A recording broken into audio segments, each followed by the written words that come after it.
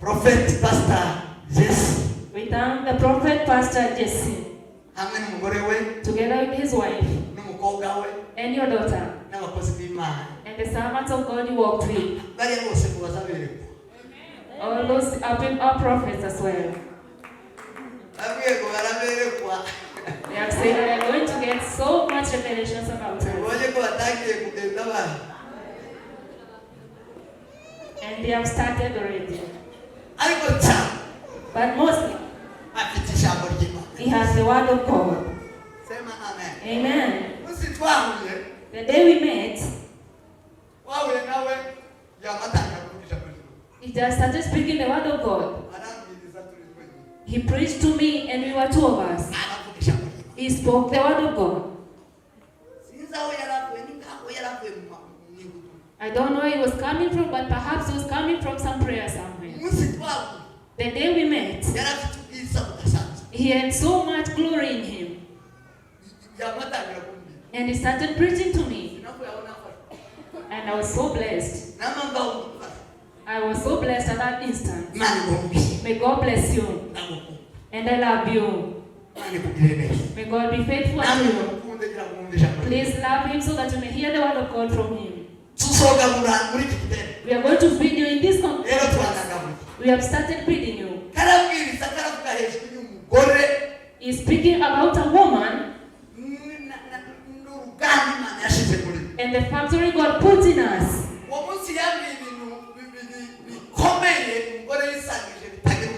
That day he told me to break things about a woman that are not found in a man. And I want him to preach on the same. He told me that a woman is a creator together with God. A woman creates together with God. If only we knew that we were creators, we could not speak like just any women. We could speak like creators. Because a woman creates. A woman creates. If the womb creates, how can the mouth not create then? Amen. Hallelujah. Amen. Amen. I could see from the time he was preaching, you are not receiving the word.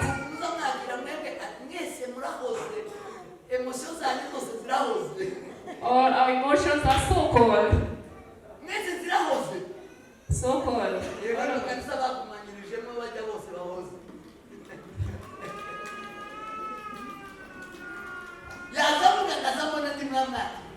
He was preaching and I could see you're not receiving the word as you're supposed to. If you allow me this conference, you'll be transformed. Because I'm going to tell you who you are. We will tell you who you are in the Bible.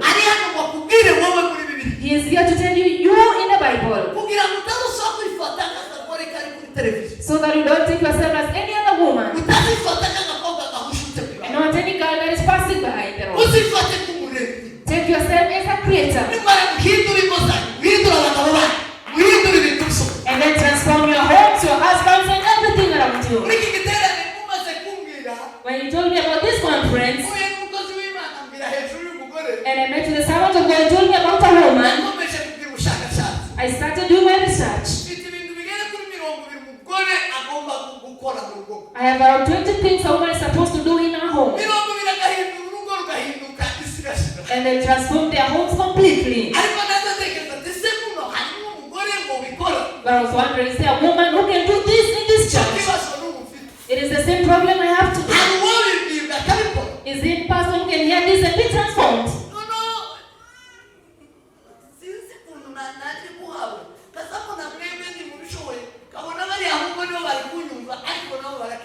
I was feeling that this young generation cannot understand, and this one is old.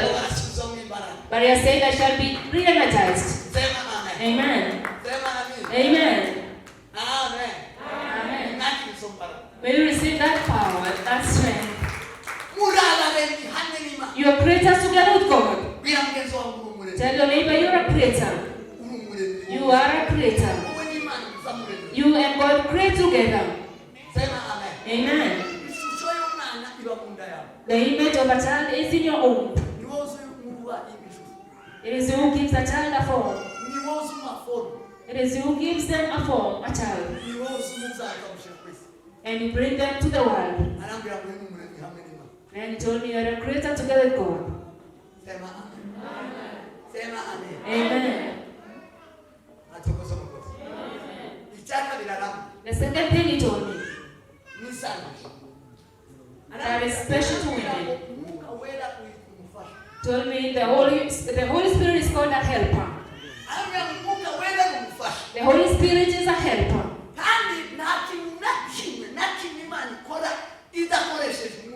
And there is nothing that God does without using the Holy Spirit. Everything God wants to do in the world, He uses His Spirit. The Bible says He sent His Spirit and it created. He sent the Spirit and it creates. God sends the Spirit and something lives. Amen. The Holy Spirit of God. The Bible says if we don't pray in the Spirit, God cannot hear us. It is the Spirit that speaks with God and prays for us. He pleads for us with moans and groans that we cannot understand. He told me that a woman is a helper. That is his name. A woman is a helper. Amen. Are you understanding? A woman is a helper. They are helpers. And when there is a helper, it means they are very powerful. They are very strong. A woman is very strong that you cannot explain. A woman who takes herself, a woman who understands who she is in the Bible. She is very powerful internationally. She is amazingly strong. He said it. When you find women understanding something, the earth receives it and heaven receives the thing. Because of the way they are strong and powerful. When David killed Goliath, it is not the men who sang, it is the women who sang. When the women sang, David received the kingdom.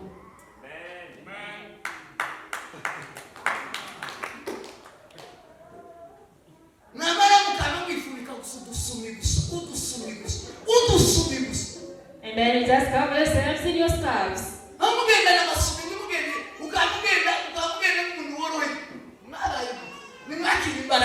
Receive your strength.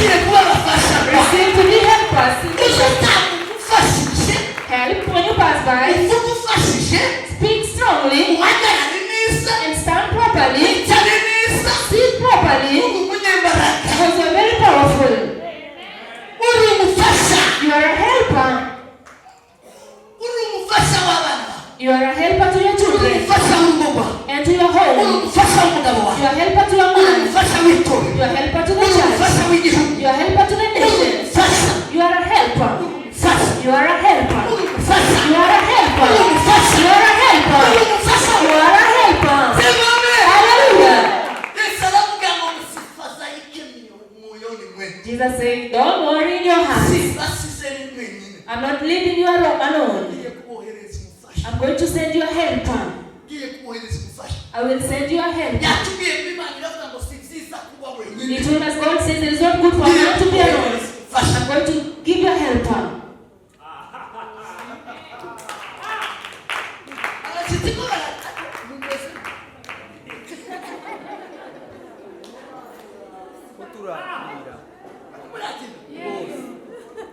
We are receiving.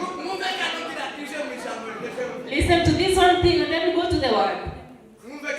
Listen to this thing. Jesus told the disciples, don't worry. I'm not leaving you like orphans.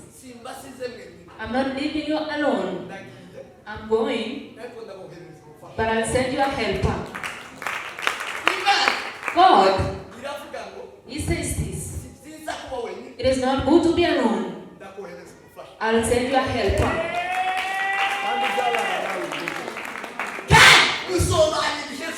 And you will live eternally. The Spirit came to live with us eternally. Yes. Eternally. All the times. To live together forever. The Holy Spirit came to live with us forever. Eternally, all the times. You are not ordinary people. If only you understand who you are in the Bible. He will tell you who you are.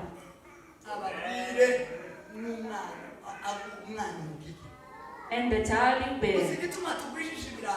You know the reason we have so many wayward children. Wayward children. Very rude children. Pagans. It's because the mothers are distracted. Tell your neighbor if your child is wayward, it is your distraction that has caused it. And say, yes, it is. If you have a child that you cannot control,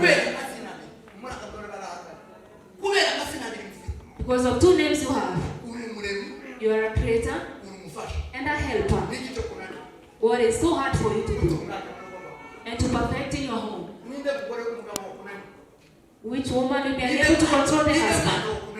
Which child will be unable to be controlled by the mother? Ask your neighbor. It is only because you don't know who you are.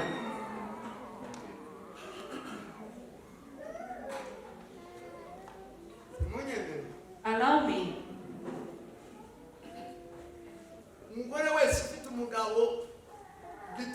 Any woman with a husband who is wayward,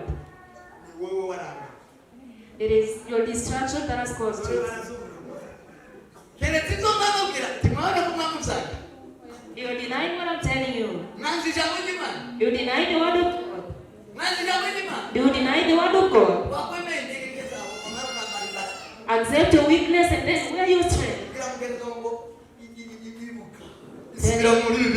Tell your neighbor, remember the Bible.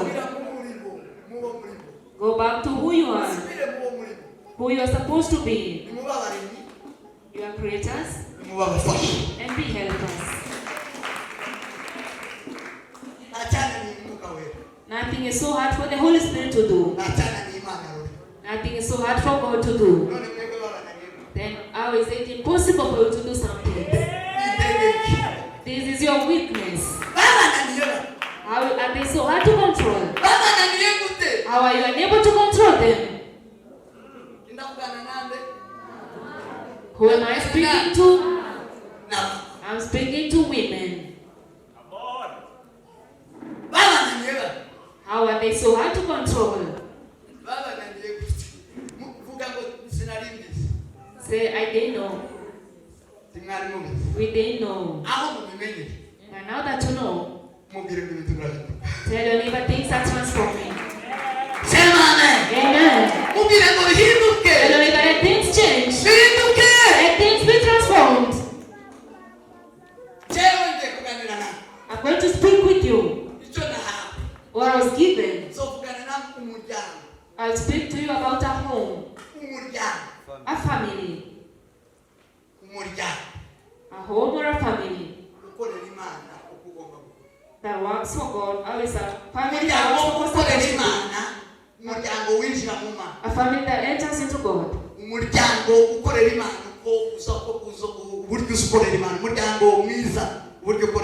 Our good family works for God. The way the old family changes and works for God. That is what I'll speak with you. There are few men are other men are coming and going back. Peter Rahari.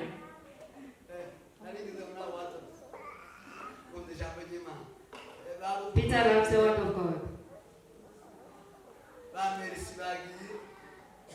Some men came and walked out. They said it's a conference for women.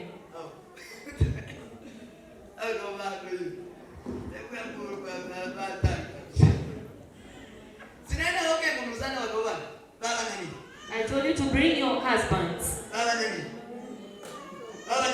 If they refuse to come,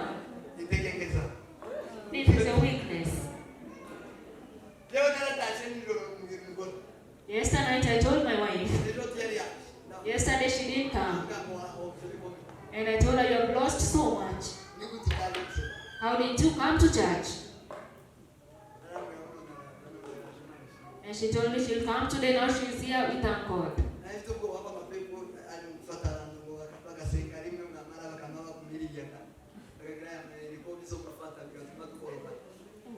I was afraid that we were going to disagree on some things.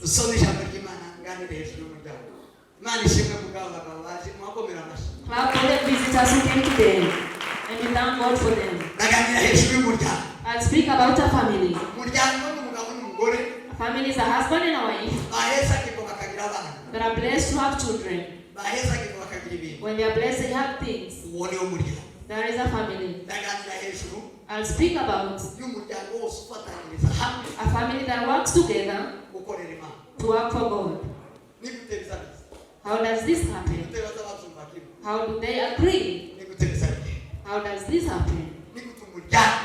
How does the whole family work for God? This is what I'll speak with us from today until Sunday. Amen. We read the word of God. Joshua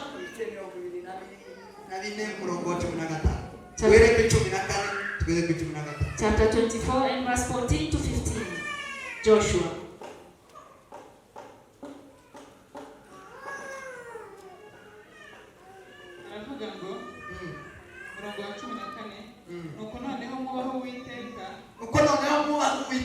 Now therefore fear the Lord.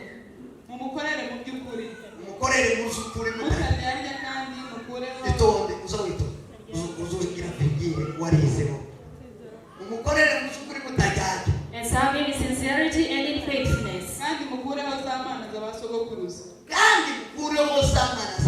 Put away the gods of their fathers.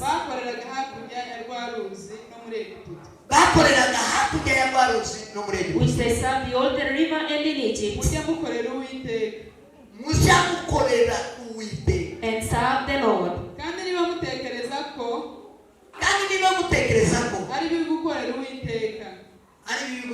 And if you are unwilling to serve the Lord,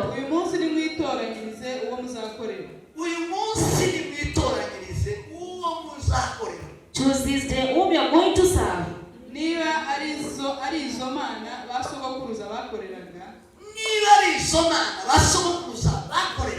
Whether the gods of fathers served in the region beyond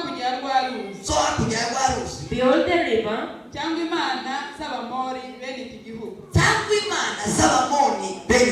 or the gods of the Amorites in whose land you dwell,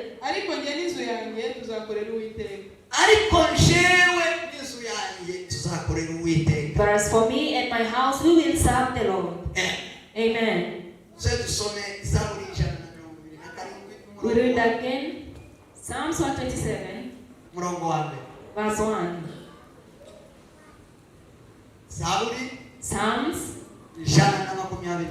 127, verse 1. The whole of that chapter.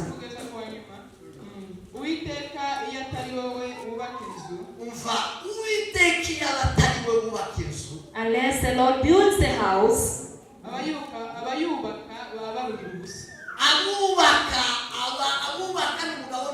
those who are the husband and wife, they labor in vain.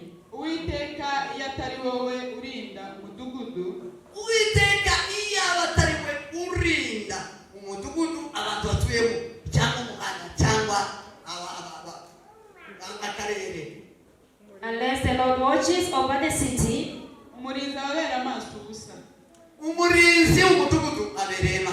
the watchman stays awake in vain. kurinda kare. Bibaruhiriza ubusa uzinduka kare. It is in vain that you rise up early Mugatinda cyane kuruhuka. Mukanatinda no kuruhuka. and go late to rest. Mukarya umutsima w'umuruho. Mukarya umutsima mwarushimiruho mwapagashije cyane. Akaba ariko murya. Eating the bread of anxious toil. Niko aha uwakunda ibitotsi. Inso zose uwakunda azamu ibitotsi. He gives sleep to his beloved.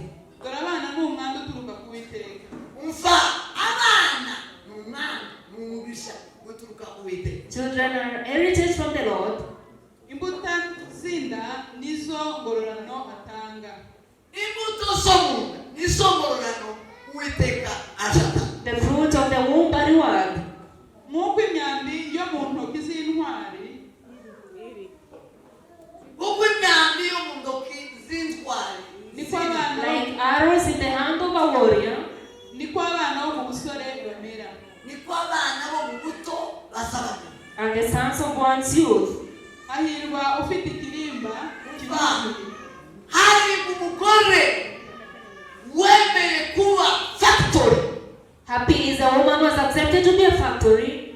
Hari umugore wemera kugira ikirimba kibuzuye. Happy is the woman who accepts to have a quiver full of them. Hari umugore ufite abana benshi. Blessed is a woman with many children. Hari urugo rufite abana benshi. Blessed is a family with many children.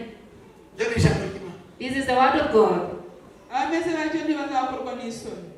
Abameze batyo number 1 ntibazakorwa n'isoni. Such will not be put to shame. Ntakizabananira. Nothing will be so hard for them. Yavuze ngo ntituza dupfa kubyara. He said that we just don't give birth. Not at all.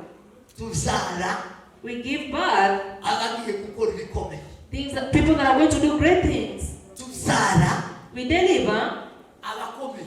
great people. Igituma tutazakorwa n'isoni nabo wabyaye bamenye ko uri umuremyi n'abakomeye. The reason shall not be put to shame is because we deliver knowing that we are delivering great people. You don't just give birth. Uko bazavuganira n'abanzi babo mu marembo. Amen. The first thing, they shall not be put to shame. The second thing, those children speak with the enemies in the gate. What happens to the father and mother? What happens to them? They have become rulers, the parents. The mother becomes a queen, and the father becomes a king. Who desire a child? Raise up your hand.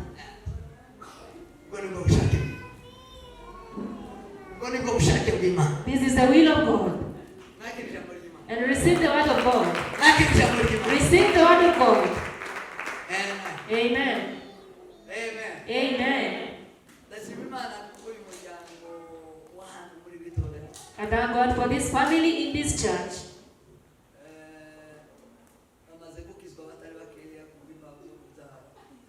Many people have gotten born again concerning delivery. Only few people have failed to receive salvation.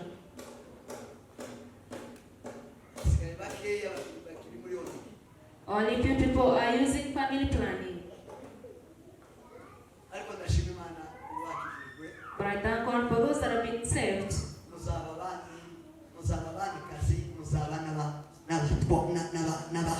You will be kings and queens.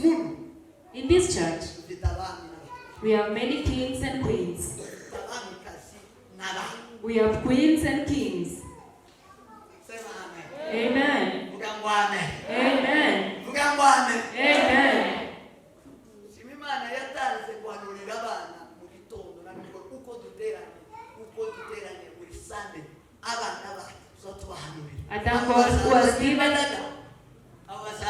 I thank God who has given prophecies to our children every morning we congregate. They shall become great people and they shall be conquerors eternally. Then the father and mother will be the queens and kings. They shall be rulers. Tell your neighbor, they shall be kings and queens. Amen. Amen. Amen. Amen. Amen. Asifiwe Mwokozi. Hallelujah. Ahimidiwe Bwana wa mabwana. Atukuzwe milele. Yesu yatubwiye ngo habe niyo boba umunyamahirwe angana. The prophet has told us, however fortunate you are, habe niyo boba ufite favor imeze, however favored you are, ari kutarasha, but you have not yet gotten married, or you can't have any physical blessing. Because the factory,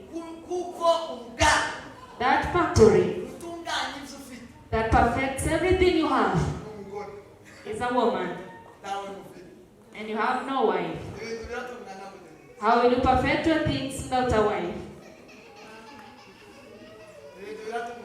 How will things become perfect?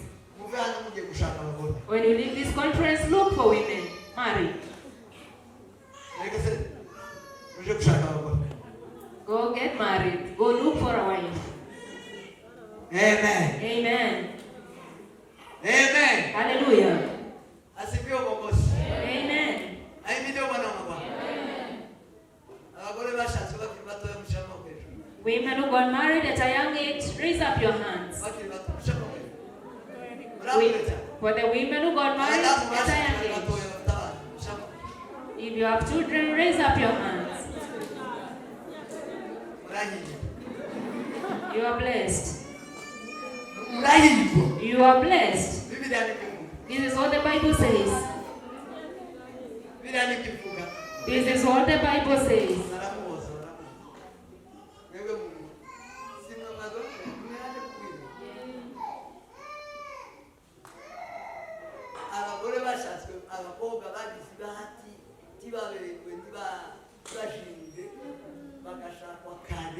The girls who are lucky to get married at an early age and you give birth and now you have children, clap for yourselves.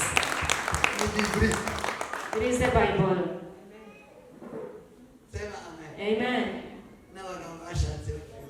And for the men who married at a young age, after reading the Bible, I have a plan to marry my children at an early age. My son John,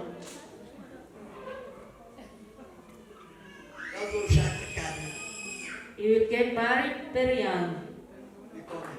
Very young.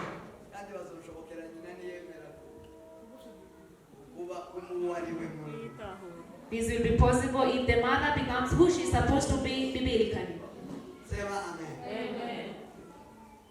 Amen. These words is what I want to expound on. Joshua is a leader of the tribe of Israel after Moses. Amen. Hallelujah. Amen. I was amazed when the servant of God was speaking about Moses. I realized, I understood, I got a revelation. The mother of Moses, the mother of Moses, and the father of Moses, they are separated so that they may not give birth. In other words, they were on family planning. Because family planning is a separation of man and woman, husband and wife. All the people on family planning have done a divorce. It is a temporal divorce. And divorce is divorce.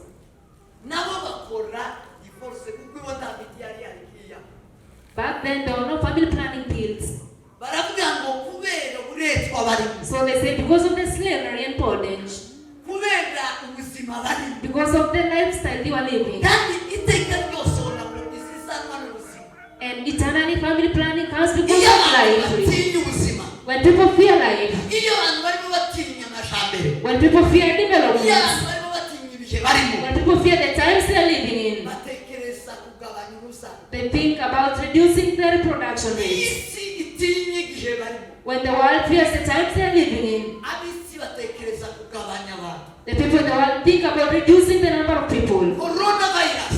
When Corona came, it had come to reduce the number of people. This world, that the people want to love, they have a plan to reduce. Amen. Amen. They also had a plan to reduce. But God told Miriam, the elder daughter, He told her, go tell your father and mother. Tell your father and mother to come together again. To leave family planning. God has also sent me to you to tell you to stop going on family planning. God told me long ago when I was living in Burundi. I didn't know anything about family planning, but God told me these things.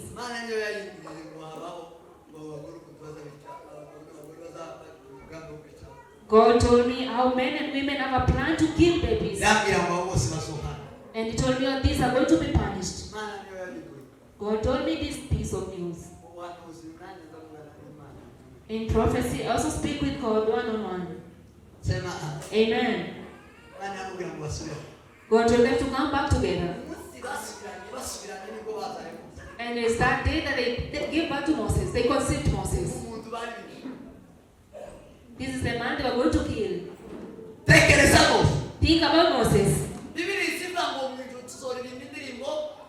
The Bible says, in heaven shall sing the song of Moses and of the Son of God. Think about them. They refused to give birth to Moses. Do you know who you are refusing to deliver? Maybe they are your Savior.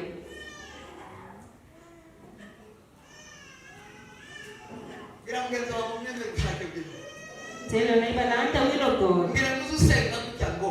Pray and say this. Father in heaven, may your name be glorified. May your kingdom come.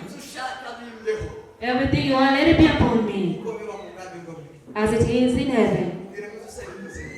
Tell your neighbor to pray that prayer. Accept the will of God in your life. It is not to kill you, but to heal you. Amen. Amen. Amen.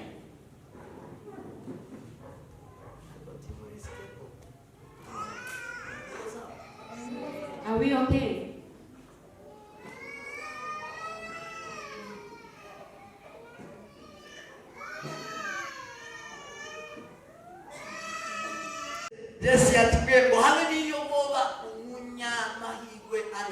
The prophet has told us, however fortunate you are, however favored you are, but you have not yet gotten married, or you can't have any physical blessing. Because that factory that perfects everything you have is a woman, and you have no wife. How will you perfect your things without a wife? How will things become perfect? When you leave this conference, look for women. Marry.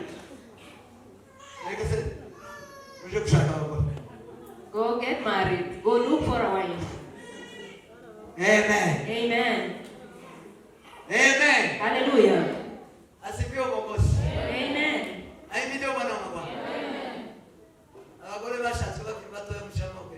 Women who got married at a young age, raise up your hands.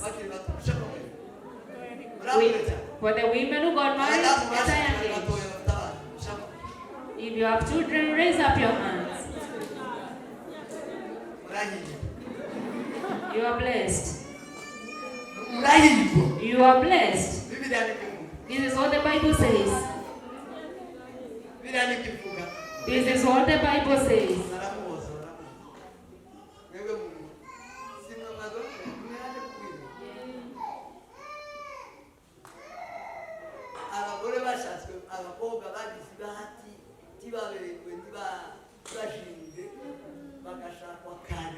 The girls who are lucky to get married at an early age and you give birth and now you have children. Clap for yourselves. It is the Bible. Amen. And for the men who married at a young age. After reading the Bible, I have a plan to marry my children at an early age. My son John.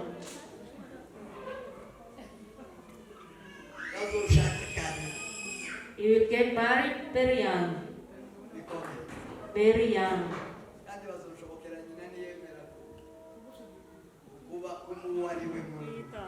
This will be possible if the mother becomes who she is supposed to be biblically. Amen. These words is what I want to expound on. Joshua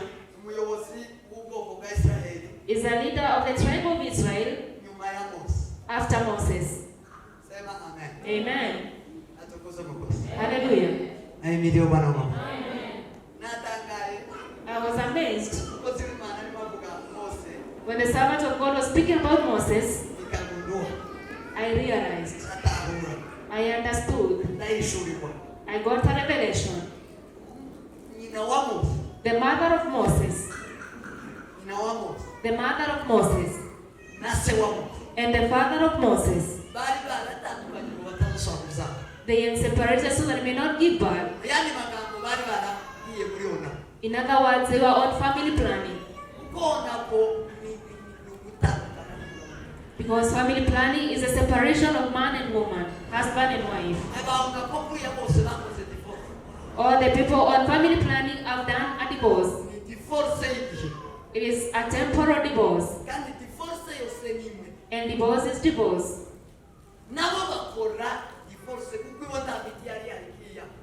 Back then there were no family planning pills. So they say because of the slavery and bondage, because of the lifestyle they were living, and eternally family planning comes because of life. When people fear life, when people fear development, when people fear the times they are living in, they think about reducing their reproduction rates. When the world fears the times they are living in, the people in the world think about reducing the number of people. When Corona came, it had come to reduce the number of people. This world, that the people want to love, they have a plan to reduce. Amen. Amen. They also had a plan to reduce. But God told Miriam, the elder daughter, He told her, go tell your father and mother, tell your father and mother to come together again, to leave family planning. God has also sent me to you to tell you to stop going on family planning. God told me long ago when I was living in Burundi. I didn't know anything about family planning, but God told me these things.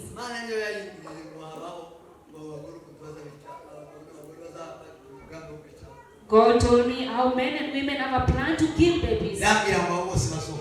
And He told me all these are going to be punished. God told me this piece of news.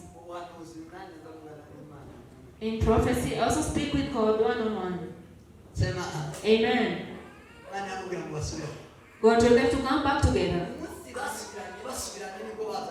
And it's that day that they gave birth to Moses. They conceived Moses. This is the man they were going to kill. Think about Moses.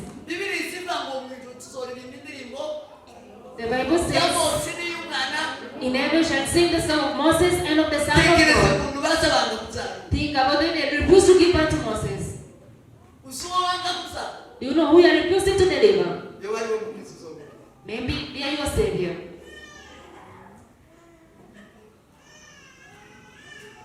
Ngira mugenzi wawe umwemere ubushake bw'Imana. Tell your neighbor, learn the will of God. Ngira muzusenga gutya ngo. Pray and say this. Data wa twese uri. Father in heaven, Izina ryawe ryubahwe. may your name be glorified. Ubwami bwawe buze. May your kingdom come. Ibyo ushaka bimbeho. Everything you want, let it be upon me, Uko biba mu bwami bwo mu ijuru. as it is in heaven. Ngira muzusenga ubuzima. Tell your neighbor to pray that prayer. Mwemere ubushake bw'Imana mu buzima bwawe. Accept the will of God in your life. Ibyiza si ubwo kukwica. It is not to kill you, but to heal you. Amen. Amen.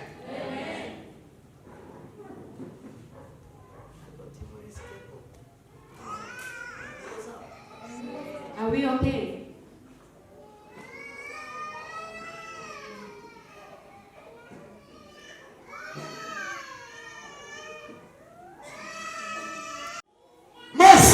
Moses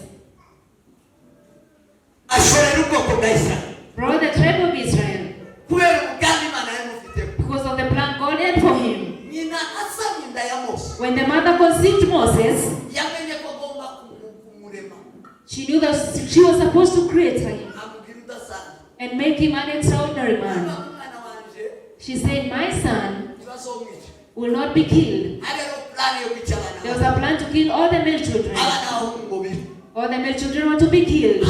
Agambirira mu mutima we She planned in her heart arema umwana we to create her son amuremamo kudapfa. and created life in them. Yakundanisha amezi atatu. And she hid him for 3 months. Sema amen. Amen. Arongera And again, amuremamo she created kurererwa ibwami. to be brought up in the kingdom Kwiga leadership. and to study there. Amuremamo kuba umuyobozi. She created him to be a leader. Sema amen. Amen. Sema amen. Amen. Aho ni wabikoze ni nyina. It is only the mother who did this. Yagiye inama na Miriyamu. She spoke with her daughter Miriam, Igitsina gore. a tender woman. Bususi iyo nama Bibiliya nditwereka ko mukuru we Aroni yaraye. And in that meeting, the brother Aaron was not there. Yari Miriyamu na It nyina. was only Miriam and the mother. Sema amen. Amen. Bapanga gushira umwana wabo kuruzi. They planned to take the child to the river, Basi amasaha umukobwa wa Farao aza ko. and they knew the hour the daughter of Pharaoh comes to bed. Bamushira agaseke bamushira. They made a basket and put him in a basket. Ubwenge nukurema umugore minana na Miriyamu umukobwa we. This is the wisdom of creation between mother and daughter. They did it, Barangije. and after doing it, Basoga shindina. they took another meeting. Abaravugana ngo bitumusiga. They said, when we leave him, Titumenya ko yamujyana. we don't know whether he will take None it. wowe Miriyamu. Therefore, you, Miriam, Urakumumutunga. you are going to watch over him. Kandi nasi. And when she comes, Mwegere. come closer to her. Mubwire ko ubonera umurezi. Tell her that you can have a child, a mother to bring a child up. Ategerezwa kugira umukozi, ategerezwa kugira umuyana. You are supposed to have a nursing mother. Vuga ngo amen. Say amen. Vuga ngo amen. Say amen. Ubwenge mibali yavuze ngo akafanya hesabu. She made her calculations. Hari abagore batagira imibare. There are women who don't have Bwira calculations. mugenzi wawe usigira imibare. Tell your neighbor to have calculations. Imibare. Have calculations. Mube abacalculatrice. Be calculators. Bwire mube calculatrice. Tell your neighbor to be a calculator. Nigu tutari calculator. Calculator. Sema amen. Amen. Yashuti ni Igiterane. Unazania unakwenda kutamita. Ingiza kumukubita zile. Moses. Miriam. Bakuriona mara ususa. Bakora. They made that meeting and made those calculations. Musuareze Musa. Do you know who brought up Moses? Nindo wareze Musa. Who took care of Moses? Ninde. Who? Ninde wapanzi umibani. And who made those plans? None wote mwabanganya wa Mose. Can you be like Miriam or the mother? Nakile imibani. Receive those calculations. Nakile imibani. Receive those calculations. Ugenda mwana wangu. Tell not become a strict child. My child will not become a drunkard. They shall be filled with the Holy Spirit. Paul said to the Thessalonians that don't drink beer, but be filled with the Holy Spirit. Hallelujah. A woman who says, my son, don't thirst for beer, but thirst for the Holy Spirit. Don't be filled with the drunkenness. Do not be drunk, but be filled with the Holy Spirit. Have such calculations. Which woman has such calculations? Where can we find such a woman? So they can give birth to a kid, to deliver a leader, to give birth to stands in the gap. The Bible says only one person filled with the Holy Spirit to stand in the gap. And whoever stands in the gap is one who was born of man and woman. It is a woman who has calculations. It is a child who came from calculations of the mother and father. Amen. You have gone back to the one.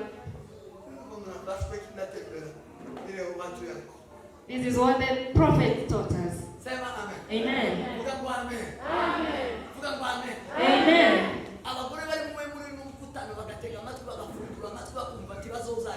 Women were in this conference and listen, you not deliver fools, but wise people.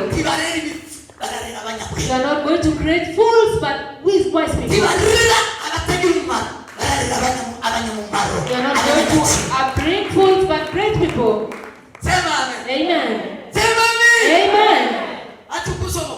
Hallelujah. When Manoah gave birth to Samson, the mother of Samson, the angel came and told her, you woman, you are going to conceive. You deliver a child who is a prophet of God. The reason you are supposed to take care of it, the first thing, you will not drink beer. Because that boy, tell your neighbor to awake. So that can become the factory that is necessary.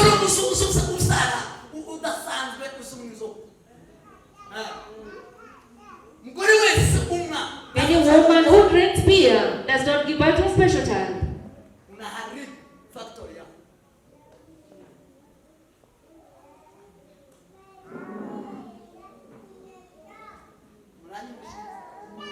Are we together? A woman who is thirsty. A woman who thirsts for beer. They destroy their own factory. They don't give birth to people.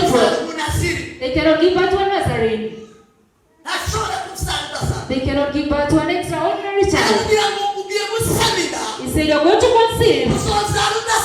You deliver an extraordinary child.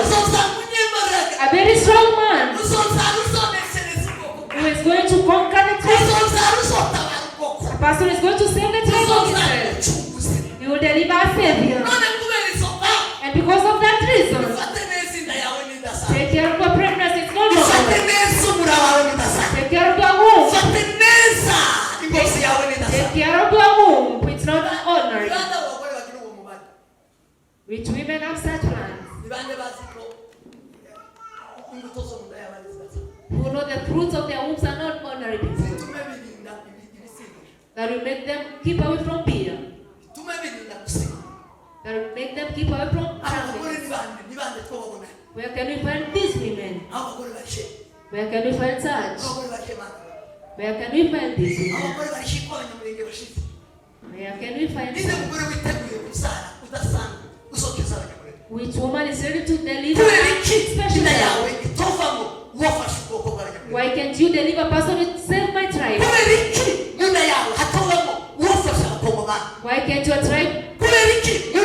Why can't your womb deliver one who's going to help Africa? Why can't you deliver a child who will save the world today? Why can't you take care of yourself? Why don't you protect yourself? aramubwira ngo wirinde He say, control yourself. bwira mugenzi wawe wirinde Tell your neighbor to control themselves. abagore mwirinde You women protect yourselves. nje kubabwira ngo mwirinde So came to tell you to protect yourselves. niba atari ukuzara gusa kwa kujifurahisha If it's not delivering for the sake. niba muzara kubw'imibare If you give birth because of your calculations. niba muzara kubw'imibare If you deliver out of calculation. yatubwiye He has told us aravuga ngo usosare watekereje ikimana ubukene bw'umwana ngo mwisi cyangwa mu ikanisa that give birth after thinking about the need in the church of God. I love you daddy. I love you so much nusa umusha ube wamenye ubukene buya Find out the need in this place. ubukene muhakoze We need a prophet. bakrekof baraki We need a prophet. wamana Oh God. umukobwa uri The girl that is in this place. cyangwa umugore uri Or a woman. akavuga ngo mama And say, God, krekof yaragiye this and this has gone. n'abandi bahanuzi Who are the other prophets remaining? munyakazi arashaje Some are very old. abagore barabahanuzi ni bane nyaruhanda arashaje cyangwa arahana arashaje These prophetess are old. imyanyundi arashaje ndashaka kuza And they say, I want to deliver a prophet. nibanda Who are these women? Who are these women? ngumugore This is the woman. ngumugore This is the woman ufite imana who has plans for God. bibiri iravuga ngo The Bible says this. mose havuye uwo wabaye igitanda This Moses who became a miracle. asibo bita yesu Joshua came yesu ayobora ubwoko bwa isirayeli and he led the tribe of Israel. mu kuyobora ubwoko bwa isirayeli yesu Leading the Israelites, Joshua, hari ibintu yibanzeho there are things he took note of. sema amen Amen. sema amen Hallelujah. ikintu cya mbere yesu yibanzeho The first thing he took note of, yibanze kuguverina kuyobora it was to govern ubwoko bwa isirayeli the tribe of Israel hatabuze n'umwe without leaving a single one bose abinjize muri kanani and take them all to Canaan. kuko imana yari yamubwiye Because God had told him, ngo ni wowe uzabayobora ukabashyika muri you are going to kanani lead them to Canaan. mose ntiyabashyikije muri kanani Moses did bring them to Canaan. ariko wowe guverinoma nguha But the government I give you, wowe ubutegetsi nguha the leadership I'm giving ni ubwo you, kubageza muri is kanani to take them to Canaan. iwe poroshe ziwe The project of this aba man, yaza porojeta the one he was protecting, muri kanani was in Canaan. kubinjizayo To enter into Canaan. kubagezayo To take them to Canaan. sema amen Hallelujah. sema amen Amen. asifiwe makosa Amen. Joshua Joshua, akarangiza kanani he could visualize Canaan. nibwo yababwiye ngo kora amahanga Told them to make plans. ejo tuzamuka Tomorrow we are going to cross. sema amen Amen. kora amahanga Take ready. ejo tuzamuka Tomorrow we are crossing. ninde muyobozi wo gushitsa Who is this leader to take people? ni uruhe rugo ufite gushitsa kuri destiny Which family bring the people to its destiny? ni uwuhe mugabo ni uwuhe mugore Who is this man? Who is this wayoboye woman? urugo kubageza kuri destiny Who is leading a family to their abana destiny? bawe usubona destiny Do you see the destiny of your children? urugo rwawe usubona Do destiny you see the destiny of your family? usubona kanani Do you see your Canaan? usubona kanani Do you visualize your Canaan? iyo ufite urugo When you have a family, umugabo n'umugore woman and man, bayoboye urugo leading a family, ugira kanani do you have your Canaan? uzamurangiza That you visualize. uyoboye urugo rujyana he Where are you taking this family? uyoboye umuryango wawe Where are you taking your home? uri umushefu na shefuteni You are leaders in this family. uroza hehe urugo Where are you taking this family? uroza hehe umuryango Where are you taking your home? bamura uroza Where hehe are you taking it? ijambo ry'imana ryaje The kubabaza word of God came to ask you. ese nihe mwaba Where uyobora are you taking this family? bamura yabawe uyoborera Where he are you taking yourselves? vuga ngo amen Say amen. vuga ngo amen Hallelujah. hari abantu bashakana batazikana There are people get married without knowing their hari Canaan. abantu bafatanya kuyobora urugo batazi iyo baba There are people who lead a home but don't know where they are going. barabanye gusa They just live together kwa mapenzi because of love. mapenzi Love. mmekutana kwa ajili ya mapenzi uruho This is a great loss. sio Biblia inashaka This is all the Bible says. sema amen Amen. this one, please. Hallelujah, Hallelujah. uzozane natazi umubwire mutuzo. If your husband doesn't come tomorrow, don't come as well. Mufate umuntu ukorera Parish muri. Let someone work at your shop. Ariko kwicara. But let your husband sit with you.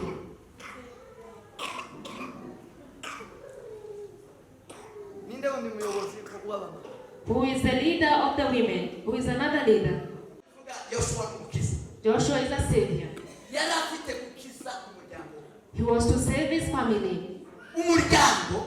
Home. Umugabo. The family of our man and woman. For the two of them to meet. It is to save their home, their family. This is the main purpose. This is the purpose. The second. To save their family. They have their Canaan that they're supposed to go to take their family. Like the leaders of that family. Don't understand.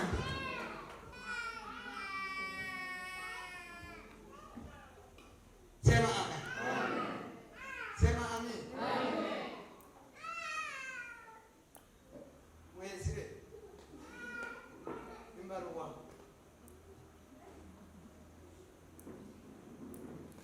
Umuryango. A family. Icyo bita umuryango. What is called the family? N'ubuyobozi. It is leadership. Governance. Ntabwo tubana mu buryo bwa Bibiliya ntitubana kwa ajili y'amapenzi. Biblically, we don't live together because of love only. Tubana. We live together kubwo kuzuza umugambi w'Imana. to fulfill the plan of God. Tubana. We live together kubwo kubera Imana umugisha kunezeza Imana. so as to please the Lord. Niba kubana kwanje menya sasa. If my life together with my wife Itarimo guhimbaza Imana. is not worshiping God, it is a big loss. Kubana kwacu. If my marriage, Sukwino. our marriage is not for this world, it's not for this world, it comes from heaven. Meaning that a family comes from the plan of God. It comes from heaven. And it exists for heaven. And heaven is Canaan. Even is Canaan. It is Canaan. Hallelujah. It is our Canaan. If the mind and wife, they live together without projecting, they are Canaan. They are doing nothing together. They don't have to be together. They don't have a promise. If they have no promise, that is not a family. If there is no promise, that is not a home. And a promise is Canaan. Remember, our promise is Canaan. Our promise is Canaan.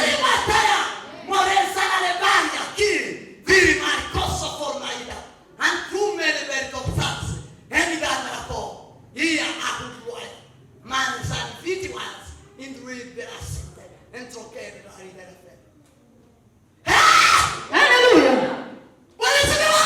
Amen. Glory to God. Hallelujah. I need your voice. Hallelujah. A family is a promise. It is a covenant. It is a covenant. Or is a covenant. It is our Canaan. It is our Canaan. It is Canaan. Joshua, where he became extraordinary. Him and his wife, they had a promise. They had a covenant. They had a promise. And their promise was to go to Canaan. It was to go to Canaan. Was to enter Canaan. Amen. The greatest promise is to come to Canaan. If only a man and woman can make a promise to take their children to Canaan, they can take them there. If only you can make a covenant to enter Canaan, you will definitely enter.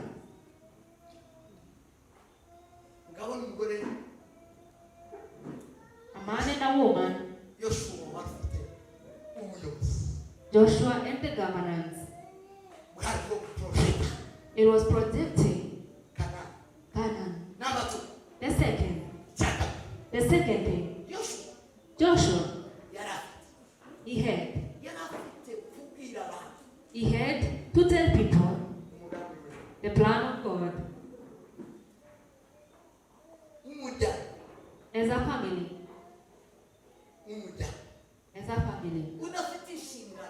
If you don't have the responsibility to tell your family about the plan of God, that family will be destroyed. That family will be destroyed. That family will be broken. That family will bring up great people. Let me tell you, the word of God, the plan of God, is what makes people extraordinary. The word of God even today is creating. It is still creating today. If people sit together at home and they speak and they tell one another the news about him, they become extraordinary. So that Joshua to say that me and my house, I and my wife, me and my children will serve the Lord. Why did this happen? How did this happen? What had happened? The Bible tells us that the Israelites, when they took the way to Canaan, that is what they were protecting us. It was their destiny. That is where they were going. When they were on the way, they had many problems. And the problems they met on the way, the problem they met with on the way, was to stop them from getting to Canaan. Hallelujah. A man and a woman can be leaders who have stood up to take their family to good places, to take their family to wealth, and to riches, to make people special. But on the way, they can meet with obstacles, they can meet with wars, they can meet with problems. And then, on the way they met with problems, and the problems they met with, they met with gods, idols. They met with problems of idols. They went back to the gods of their fathers. That is the problem even today. The problem today, families that are not stable. We are going back to our fathers who are pagans.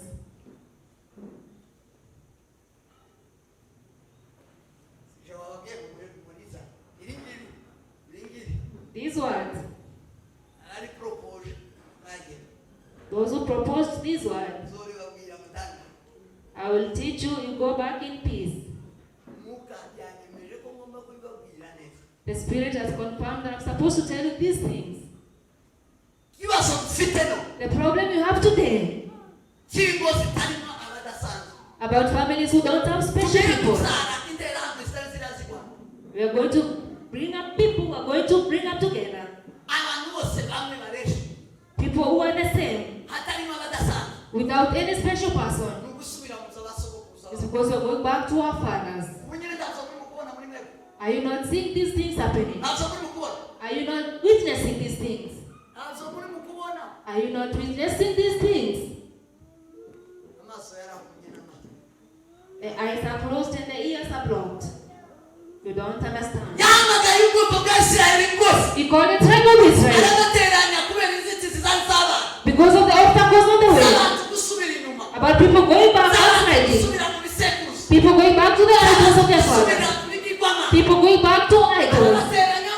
He brought them together and it made them this question. He told them today, let's agree.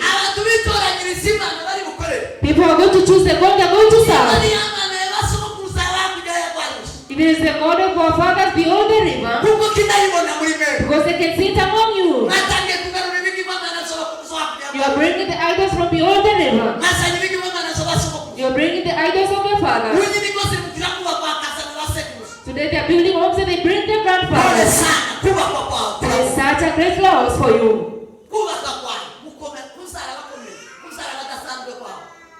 It shall be very hard for you to great people. So sorry. So sorry. Samahan. You are going to give birth to normal people. All the same. Because you have lost the direction. You have lost your Canaan. You have been distracted and you have Canaan. Why? Because you have refused to follow God. But you've chosen to follow your ancestors. You cannot look at Abraham. You are afraid to look at Jesus Christ. You have gone back to look at your grandfathers. Now in marriages, this is what is happening today. This is who are giving you the hope today. You know that a family is not built by the ancestors. Some said it very well. Say that those who build a home, they labor in vain. If it's not God who's building, if it's not God building your home, and your grandfathers are doing it, so sorry for you. Such a loss for you. A great family like the one of Joshua is one without a grandfather. It is one without the customs of its grandfathers, but a home with God. The second, he told them this: choose today. I've seen the gods of the countries who are passing by. I was amazed they had almost 3 gods. The first god they had was the god of the moon. They used to pray to the moon. And the second god was a bull. And the third god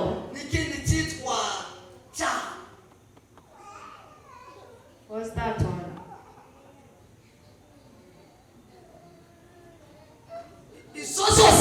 And those 3 gods, some were from the older river, others were from the country they were in.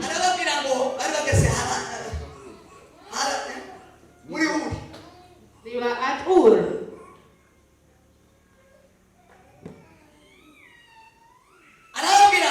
And he told them this: choose if you are going to serve the gods of this nation. Do you agree to be in the character of this country?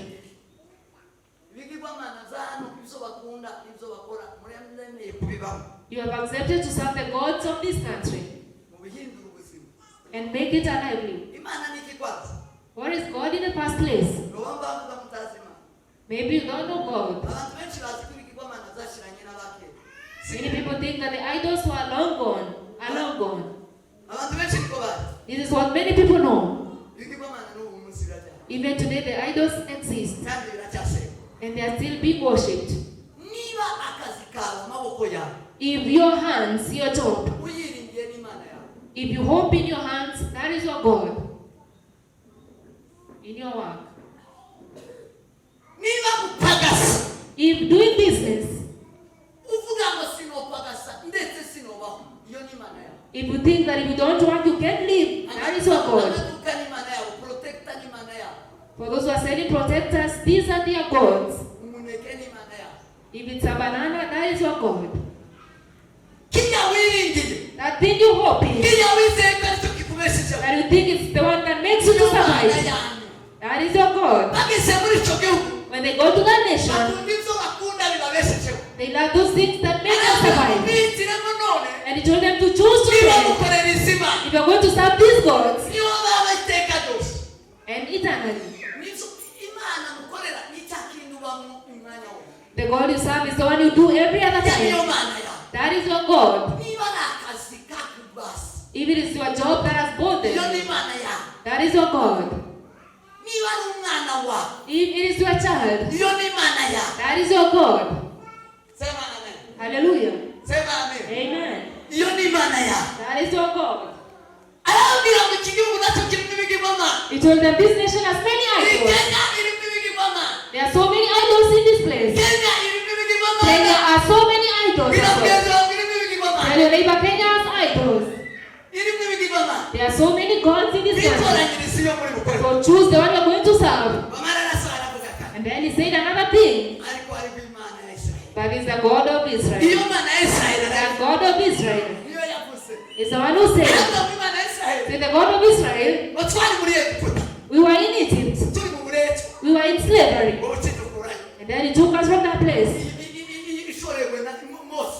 And Moses led us from that place. imana idukura muri Egiputa. God took us from the bondage. Sema amen. Amen. abatekerereza And he told them this, imana yabambukije inyanja itukura. that when God made them cross the Red Sea, abatekerereza he told them imana yabambukije Yorodani. that when God made them cross the Jordan, ababwira imana he told them about God, ya Israel. the God of Israel. bamaze kubibatekerereza. When he told them about this God, Sema amen. say amen. Sema amen. Amen. ayanzura avuga He said this.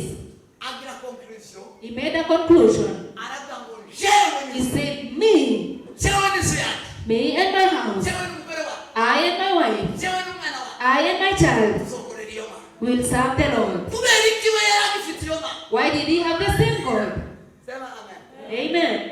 hari indi mbogamizi yayo gukorera imana n'ubu ryayo Yes. ni imbogamizi Ibi bari bafite bwari umuryango. Another thing they had was insincerity. Barajyajaga. They were pretenders. Bo barazaga bagashushanya bakaza binjira batinjira. They could come to church, to the temple, but not indeed. Musi umuryango. You know, pretend. Umuryango. Pretense, hypocrisy, Gukora ikintu kitakurimo. is doing something that is not in you, ariko ukakigaragara. but you show it, you manifest it. akurakumisha. Uburyango. Hypocrisy ni ukugaragara mu kintu is to be present in something kitari ku mutima. that is not in your heart. wowe uri umuntu uri cyangwa You are an hypocrite. ni ugukora ikintu It is to do something kitakuvuye ku mutima. that is not from your heart. wowe uri ibyaha. You are a hypocrite. ni ugukora ikintu It is to do something utumva. that you don't understand. uri ibyaha. You are an hypocrite. kubera kurinda Why are you an hypocrite? wajijishije urakiza utakiza. You are pretending you know and you don't know. icyakabiri The second, wajijishije ngo ubirimo kandi utabirimo. you are pretending that you are in it but you are not in it. kubera izo mpamvu And for those reasons, imana izokuruka. God will punish you. n'ubu urimo Even though you are in that thing, n'ubu urimo even though you are in it, tuzinjira mu bwami bw'Imana. you will not enter the kingdom of God. n'ubu uri mu ikanisa Even though you are in the church, tuzinjira mu bwami bw'Imana. you will not enter the kingdom of tuzinjira heaven. muri Kanani. You will not enter Canaan. n'ubu uri mu nzira Even though you are on the way, kubera ko muri mu nzira ko turaja Kanani. because you are on the way to Canaan. ariko kubera uburyarya bwawe But because of our hypocrisy, muzabwira we shall not enter Canaan. Why? munagifanya. We pretend. dufite abantu banagifanya. We have so many ni pretenders. abanyabyaha hanze They are sinners outside, ariko wanagifanya ku kazi. but they pretend to be in the job. gukorera imana wanagifanya wako. They pretend in working for God. wanagifanya watakatifu. They pretend to be holy. wanagifanya wenye haki. They pretend to be righteous, lakini ni wenye dhambi but they are sinners katika mioyo yao. in their hearts. mubahakana. They deny. bavuga abafarisayo bavugaga iby'ijambo The ry'Imana. Pharisees used to speak the word of God, bariko babihakanishaga but they would deny ibikorwa byabo imitima yabo. with their hearts and actions. sema Amen. sema amen. Amen. Amen. Hallelujah. ariko aramubwira ngo twebwe n'inzu But for me and my tuzakorera house, Uwiteka. we will serve the Lord. kubera iki bakorera Uwiteka? Why will they serve the Lord? nakurikiranye rino jambo ndarisoma cyane ndaryinjira. I follow this one deeply. nsanga ni ijambo rikomeye ryatumye Yoshuwa abasha iwe gukomeza Imana. And I found a great reason why Joshua chose to serve the Lord. iwe n'umugore we. Him and his wife. muti bibagiwe iby'Imana yabakoreye. They never forgot what God had done for them. hari abantu baza bibagiza iby'Imana There are people who forget what God has done for them. David, the reason he became great and he became a worshiper of God until his last day, he concluded all his deeds. The Bible says when David had done everything God had told him, he slept. In Psalms 143 and verse 5, he says, I remember the old days and I remembered everything you had done, and I thought about the deeds of your hands. I stretched out my hands to thee. My soul thirsts for thee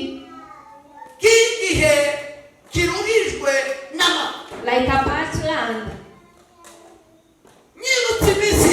I remember the old days. The reason you forget God is because you forget the old days. They don't need to remember the old days. And then tell it to your people. Amen. Hallelujah.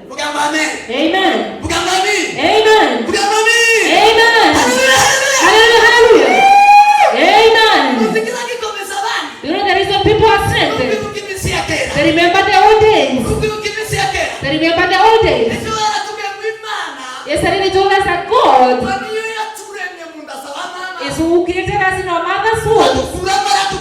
And then he brought us out.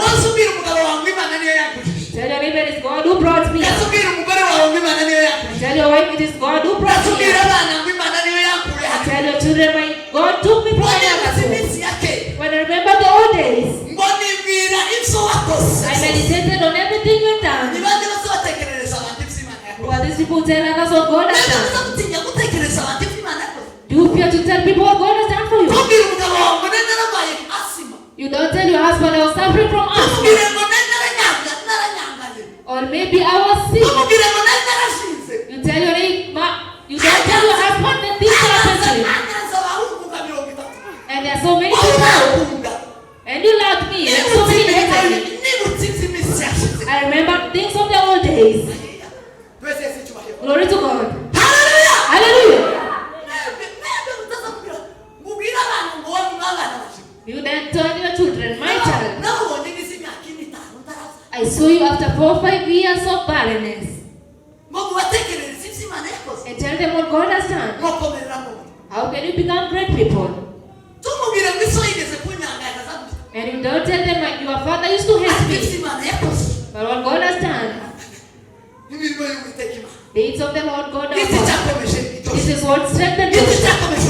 This is what strengthened the home of Joshua. This is what strengthened David. They remember things of the old days.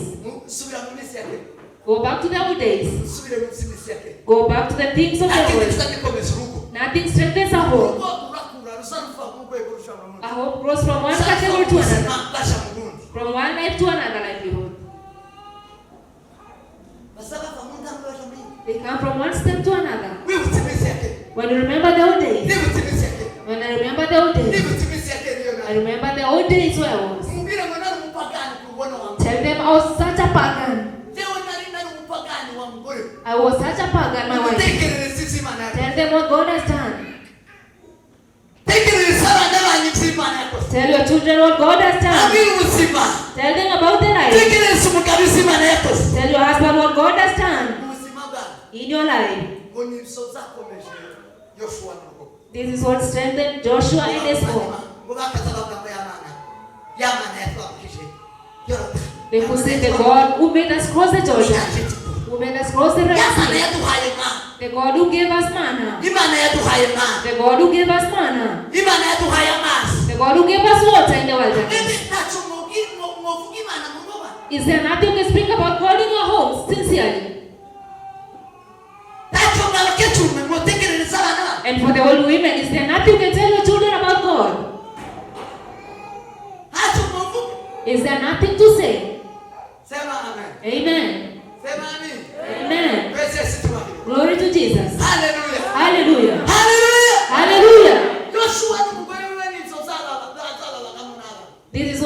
what his family did. God told Moses that you're going to Canaan.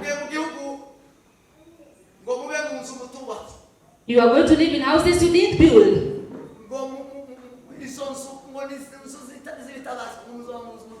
You'll be in homes you didn't build, in houses you didn't build.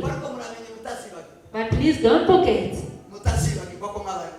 Remember, you don't forget to live in tents. Never forget to live in grasses. In those houses of grass. In those grass thatched houses. Those houses of grass. If you live in the USA, never forget where you came from. About the smoke you used to cook in.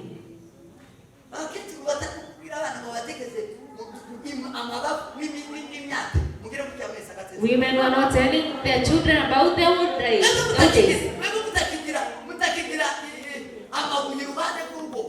You people without those stones, you used to scratch your feet. The cracks.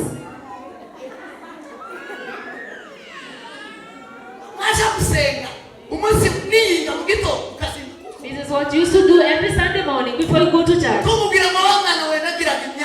And you don't tell your child, I used to have so many cracks in my feet. But God the Father, this is what is strengthening other people. This is what strengthens other people. They stayed with God. Glory to God. Stand up, let's pray. And receive the word of God. Shall continue tomorrow.